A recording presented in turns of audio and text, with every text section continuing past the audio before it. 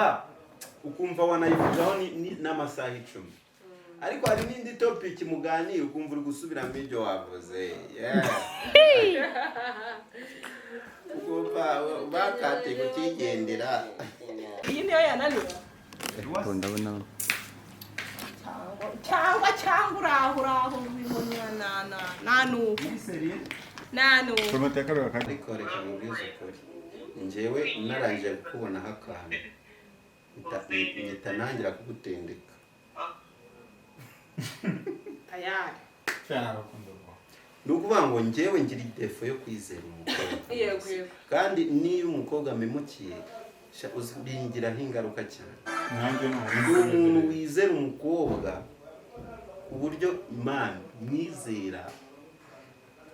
ariko yamemukiye nyitamutendeka ngashobite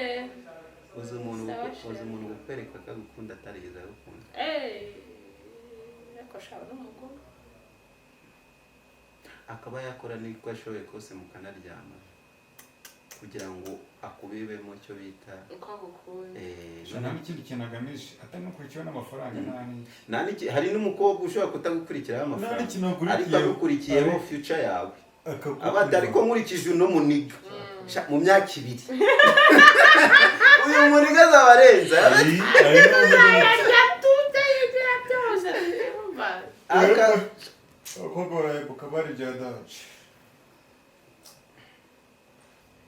Nuse nko umuntu mutendetse wishakiye undi wabukoze ikosa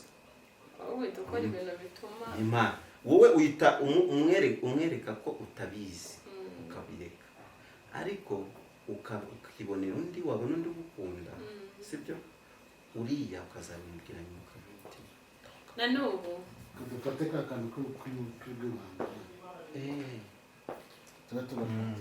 wa mugani kugira ngo sishanete kuri konti yabwire magafu karana buhajemo ntabwo ijya muri kamera zose rero ako ngewe moto nzayiga kugira ngo mbe nyitwara ndi gukina filime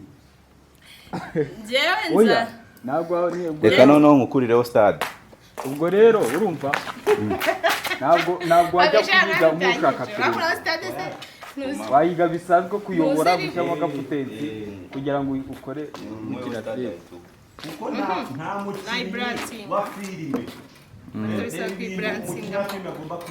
imodoka bro muri metero zawe zingahe muri metero yawe imwe n'ibice 2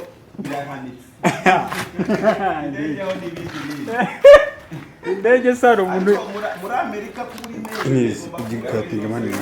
uretse banze umuntu utabanze uzi we habuze iki uze mu gikari ujya mu gikari aguruka tugere mu gikari bihe byanyishe bro